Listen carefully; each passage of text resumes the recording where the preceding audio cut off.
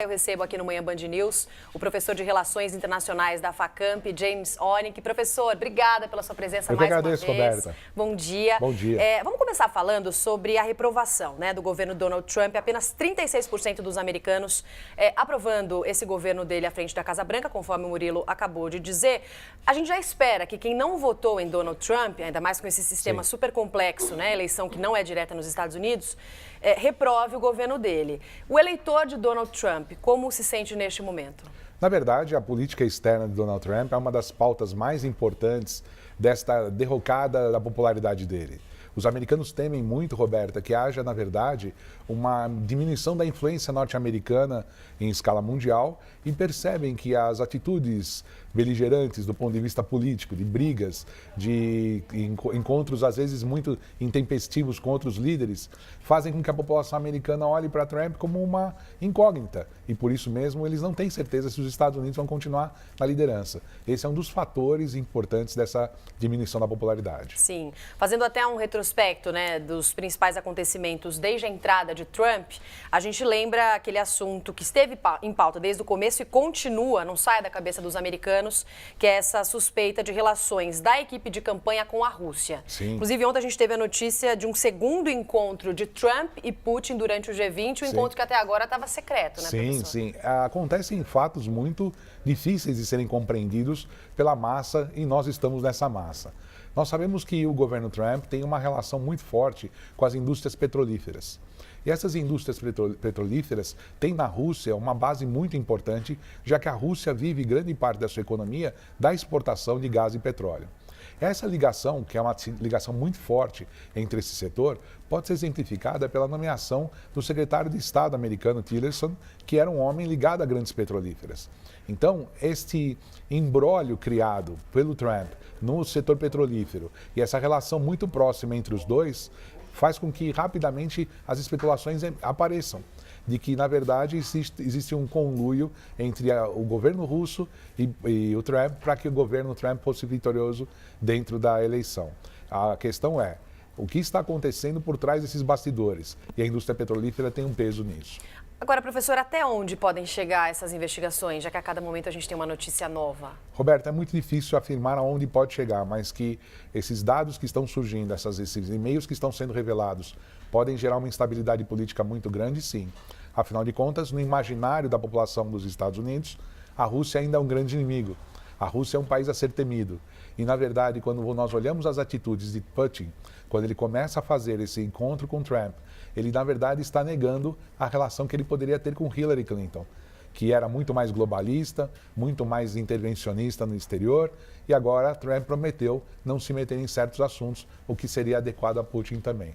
Nessa última semana a gente teve a derrota também de Donald Trump, não conseguindo aprovar a substituição do Obamacare, o sistema de saúde que foi implementado por Barack Obama, é considerado uma das maiores derrotas, inclusive, no Senado. Sim. De que forma isso afeta o americano?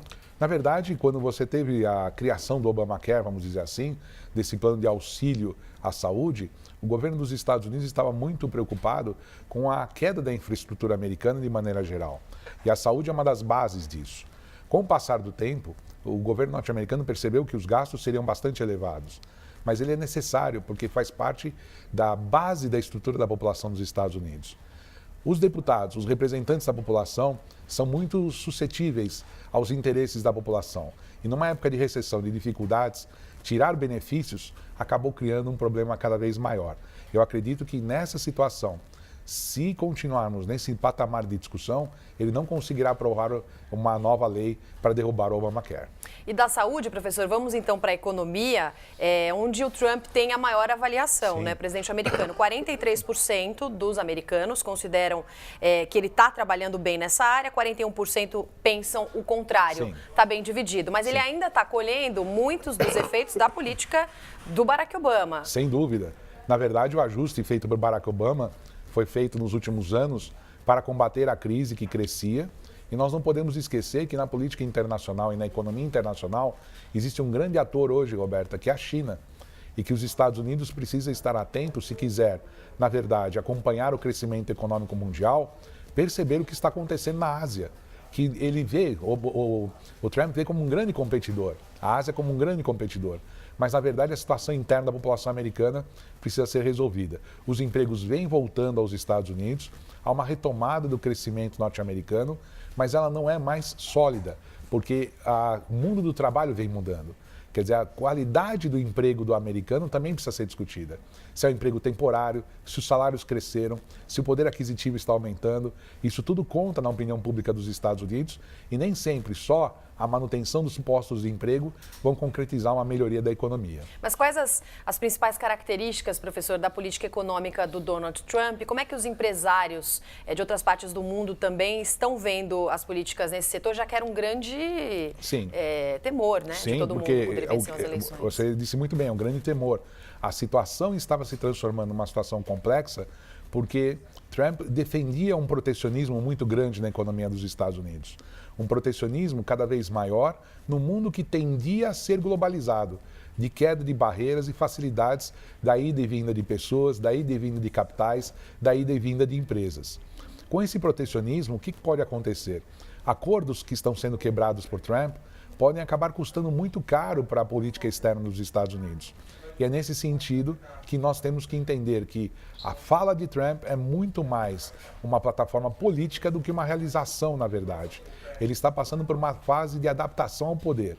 Ele está buscando um caminho melhor.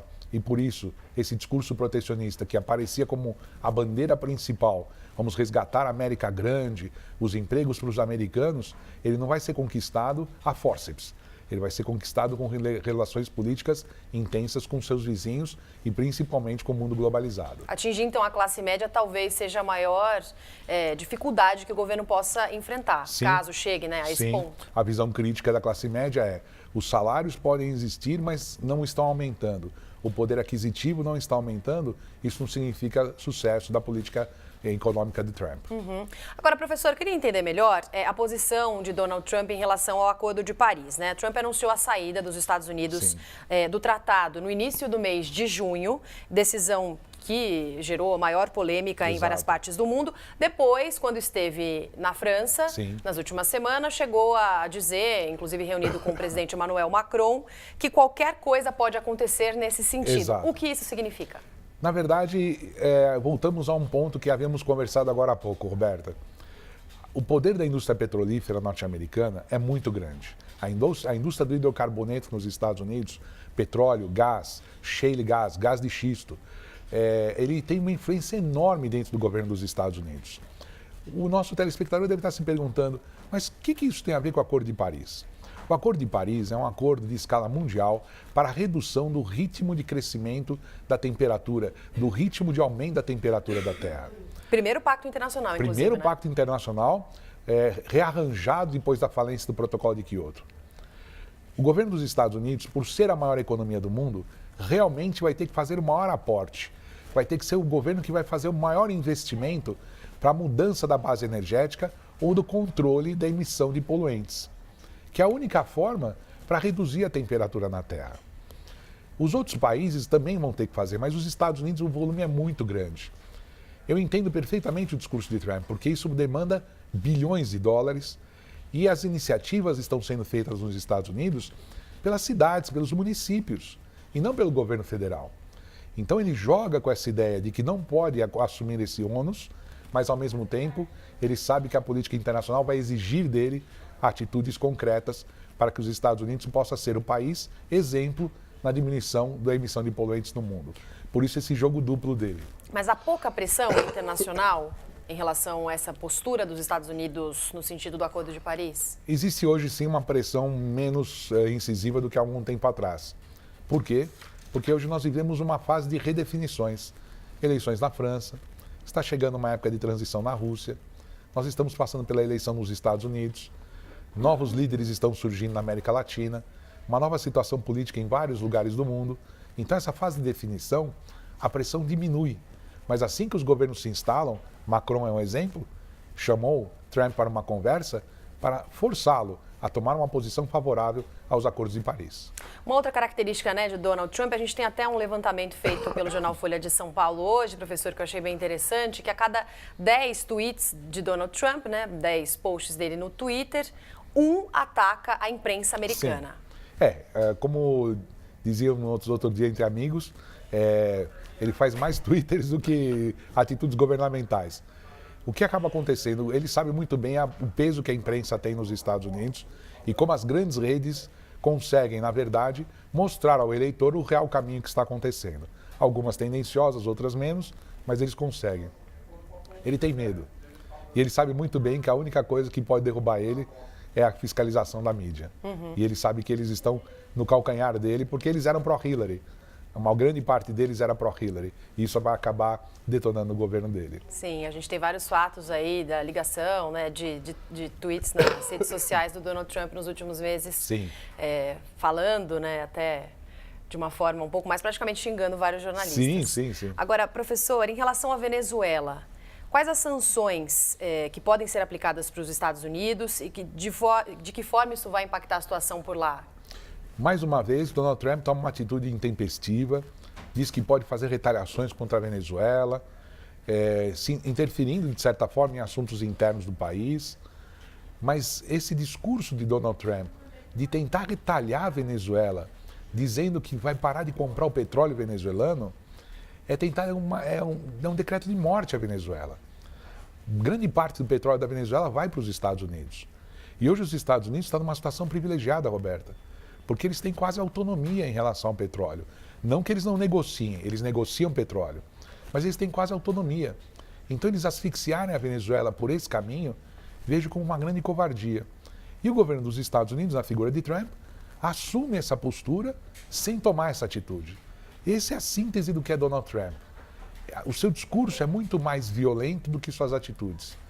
Ele tenta amedrontar a comunidade internacional. E esse tipo de política é muito nova para nós, principalmente nesse mundo globalizado que nós estamos vivendo hoje. Sim. Sentimos isso. E, professor, como é que você vê a trajetória daqui para frente de Donald Trump, principalmente em relação às promessas de campanha, como o muro com o México, coisas que ele não conseguiu concluir até agora? Internamente, eu acho que a situação dele vai ficar cada vez pior, porque ele vem de uma linhagem política muito recente dentro da vida norte-americana. Os políticos tradicionais dos Estados Unidos não estão acostumados com esse tipo de situação. Não se trata de um empreendedor, se trata de um político. E nós não podemos esquecer que nesses 6 meses de governo, 54 dias desse governo, ele passou por propriedades dele. Ele esteve em alguns lugares que pertencem ao grupo empresarial dele. Isso pega muito mal, Roberta, porque mostra que ele pode usar a Casa Branca para os interesses próprios. Isso pesa muito contra a figura de Donald Trump. E à medida que ele fortalece essa imagem de que é um empreendedor, de que frequenta os prédios que ele mesmo construiu, ele mostra para o eleitor americano uma certa arrogância que pode ser traduzida pelo não cumprimento das promessas de campanha, como muro, como rompimento com relações, como fortalecimento militar, como fechamento, como barreira contra imigrantes. Essa semana mesmo, o governo americano teve que emitir 15 mil vistos provisórios e emergenciais, porque falta mão de obra em alguns setores. Então, esse tipo de dualidade, de fazer um discurso violento, mas não conseguir efetivar isso na prática, mostra uma certa inconsistência dentro desse discurso. Por isso que eu acho que o risco da sociedade americana se revoltar contra Trump é muito grande.